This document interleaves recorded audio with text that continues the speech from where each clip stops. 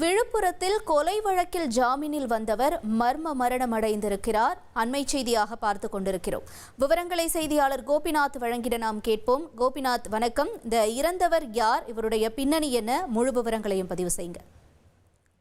விழுப்புரம் பக்கத்துல இருக்கிற கிராமம் தாங்க ஜானகிபுரம் என்ற கிராமம். கடந்த 2023ஆம் ஆண்டு ஜூன் மாதத்துல அந்த பகுதியில பிரபல ரவுடி லக்ஷ்மணன் என்பவர் மர்ம நபர்களால் வெட்டி கொலை செய்யப்பட்டாரு.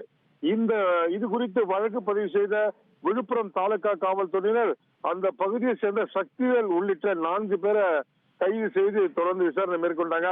இந்த கொலை வழக்குல ஜாமீனில் வெளிவந்த சக்திவேல் என்பவர் இன்று காலை ஜானகிபுரம் பக்கத்தில் இருக்கக்கூடிய ரயில்வே மேம்பாலத்துக்கு கீழே உடல்ல காயங்களோட அவரோட உடல் கண்டெடுக்கப்பட்டது.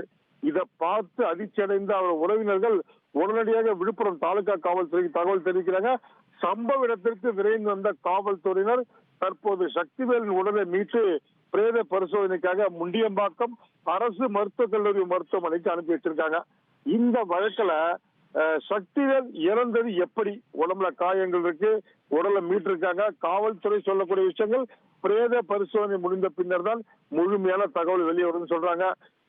இந்த பகுதி மக்களோட ஒரு முக்கியமான விஷயம் பாத்தீங்கன்னா, இவர் மேம்பாலத்தை கீழே விழுந்து இறந்துட்டாரா அல்லது ஏற்கனவே கொலை வழக்குல பழி வாங்கப்பட்டாரா, பழி வாங்கப்பட்டு கொலை செய்யப்பட்டாரா என்ற கோணத்திலையும் தகவல் பரவி வருது.